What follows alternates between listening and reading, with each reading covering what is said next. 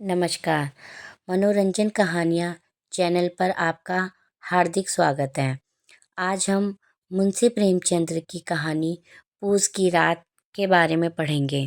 तो चलिए आगे बढ़ते हैं इस कहानी को। पूस की रात।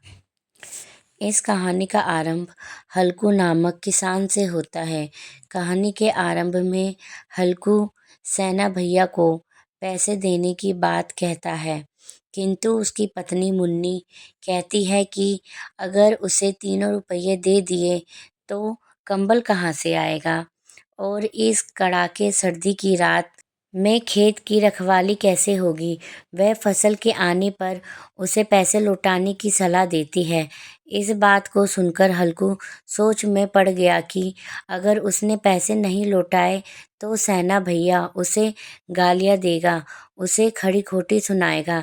लेकिन यहाँ शरद रात को बिताने की भी थी। हल्कू ने सोचा कि इतनी सर्दी में बचाव कैसे होगा। फिर सोचा कि शरद में मरेंगे तो मरेंगे, लेकिन अभी तो मुसीबत दूर हो जाएगी।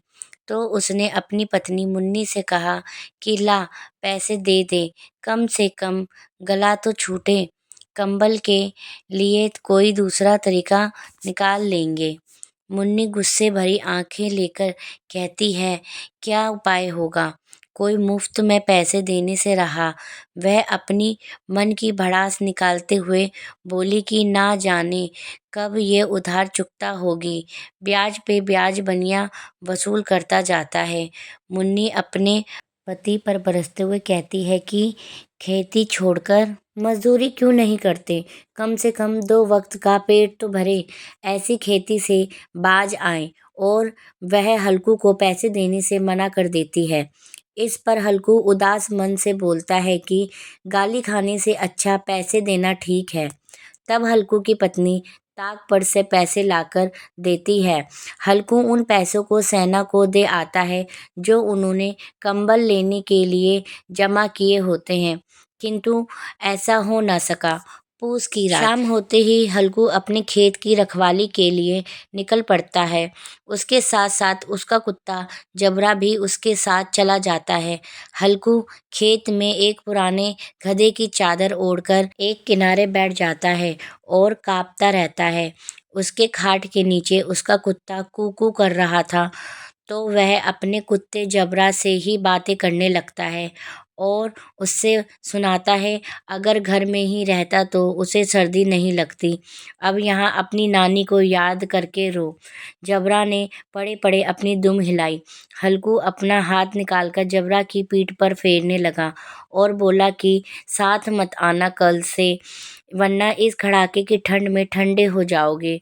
ठंड भगाने के लिए वह उठकर चिलम पीता है और सोचता है किसी तरह रात कटे। ऐसे सोचते सोचते वह 8 चिलम पी जाता है, पर सर्दी कम होने का नाम नहीं ले रही थी। वह धनवान लोगों के बारे में सोचता है जो मोटे मोटे गद्दे और कंबल में लिपटे रहते हैं। उनके पास सर्दी भटकने का नाम नहीं लेती। जमींदार मजे करते हैं और सारी खेती मजदूर को करनी पड़ती है। उस वक्त उसे जबरा का ही सहारा था। वह कुत्ता भी स्वामी के प्रति वफादारी दिखाते हुए अपने दोनों पंजे उसके घुटने पर रख देता है। उसकी गर्म सांसें हल्कू को छूने लगती हैं। हल्कू किसी तरह सोने की कोशिश कर रहा है। जबरा की मित्रता, लेकिन सर्दी की अधिकता से घुटने छाती में समेट लेने पर भी कपकपी बंद नहीं होती है। जब किसी तरह रहा नहीं गया तो जबरे को धीरे से उठाया और अपनी छाती से लगा लिया। गोद में लेने पर कुत्ते की बदबू आने लगी, किंतु उसे छोड़ने का जी नहीं कर रहा था। जबरा भी समझ रहा था कि स्वर्ग यही है और हल्कू की पवित्र आत्मा में तो कुत्ते के प्रति घृणा की गंध तक नहीं थी। वह शायद अपनी ऐसी तत्परता से अभिन्न मित्र और भाई को गले नहीं लगाता। इस कुत्ते की आत्मीयता मित्री ने मानो उसको आत्मा के सब द्वार खोल दिए थे और उसका एक एक कण चमकने लगा। ऐसे ही 1 घंटा गुजर जाता है। तभी जबरा को किसी जानवर के आने की आहट हुई। वह भौंकता दौड़ता और फिर खेतों की ओर लौट जाता, मानो कर्तव्य उसके हृदय में अरमान के भांति उछल रहा था। जैसे जैसे रात बढ़ गई, सर्दी की भयानकता भी बढ़ रही थी। हल्कू उठ बैठा, आकाश को निहारने लगा और सोचने लगा कि अभी रात बाकी है। आखिर उठकर आम के बगीचे से सूखी पत्तियां इकट्ठी करता है, अलाव जलाता है। कुत्ता भी दुम हिलाता हुआ पास आ बैठा। उसी समय हवा के झोंके के साथ मेहंदी की गंध ने तरोताजा कर दिया। जबरा भी बैठकर किसी हड्डी को चबाने लगा। हल्कू की अति विश्वसनीयता। थोड़ी देर तपने के बाद हल्कू ने ठंड छोड़कर मानो सर्दी को ललकारा कि अब कर ले जो करना है। ठंड की असीम शक्ति पर विजय पाकर वह गर्व से फूल उठा। पर कितनी देर तक? वह पत्तियां जलकर गर्माहट देती। थोड़ी देर तक वह जबरा के साथ खेलने लगा, अलाव के ऊपर कूदने फांदने करने के लिए जबरा को ललकारने लगा।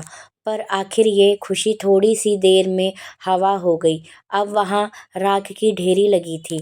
हवा का झोंका आने पर तनिक आग झुलस जाती, फिर ठंड पड़ने लगी। हल्कू ने चादर ओढ़ ली और गरम राख के पास बैठा गीत गुनगुनाने लगा। पर ठिठुरन बढ़ती गई। जबरा फिर भौंकने लगा। शायद खेतों में जानवर घुस आए थे। नील गायों का झुंड था। उनके कूदने फांदने और अनाज चबाने की आवाज आने लगी। पर हल्कू ने ध्यान नहीं दिया और अपने मन को समझाने लगा कि जबरा के रहते जानवर नहीं आ सकते। आवाजें तो उसके मन का वहम है। जबरा जोर जोर से भौंकने लगा, पर हल्कू अपनी जगह से नहीं हिला। सर्दी ने उसे जकड़ लिया था। हिलना भी जहर के समान लगा। जानवर खेत चर रहे थे। हल्कू मन ही मन गालियां देता रहा, पर उठकर जानवरों को भगाने की उसकी हिम्मत नहीं हुई। हल्कू की आलसता। आखिर इरादा पक्का करके उठा, पर 2-4 कदम चलते ही हवा का झोंका बिच्छू के डंक की तरह चुभने लगा। वह फिर बुझे अलाव के पास आ बैठा, राख को देकर अपनी देह को गरमाने लगा। जबरा भौंकता रहा। नील गाय खेत साफ करती रही, पर हल्कू शांत बैठा था। कुछ न करने की रस्सी ने उसे जकड़ लिया। सारा खेत चौपट हो गया। सुबह उसकी पत्नी पहुंची तो देखा हल्कू बेखबर सोया पड़ा है। उसने हल्कू से आकर कहा, सारा खेत का सत्यानाश हो गया, ऐसे भी कोई सोता है? पर हल्कू ने बहाना बनाया, पेट में दर्द था तो मैं खेतों की पड़ी है, यहाँ मरते मरते बचा। दोनों खेत की डंड तक पहुँचे और देखा सारा खेत रौंदा पड़ा है। खड़ी पक्की फसल नष्ट हो गई। जबरा चित लेता था, मानो उसमें प्राण सहज नहीं है। मुन्नी उदास हो गई, मगर हल्कू इस बर्बादी पर भी खुश था कि अब रात में सर्दी में मरना नहीं पड़ेगा, खेत की रखवाली नहीं करनी पड़ेगी। वह पत्नी को दिलासा देता है कि अब वह मजदूरी करेगा। मुंशी प्रेमचंद्र जी ने इस कहानी में ये बताने की कोशिश की है, जो किसान दूसरों के पेट भरने के लिए खेती करते हैं, लेकिन उन पे पैसे ना होने के कारण वह अपनी कुछ ज़रूरतें पूरी नहीं कर पाते। तो दोस्तों, इस मनोरंजन कहानी चैनल को सब्सक्राइब करें, लाइक करें और अपने दोस्तों में शेयर करें।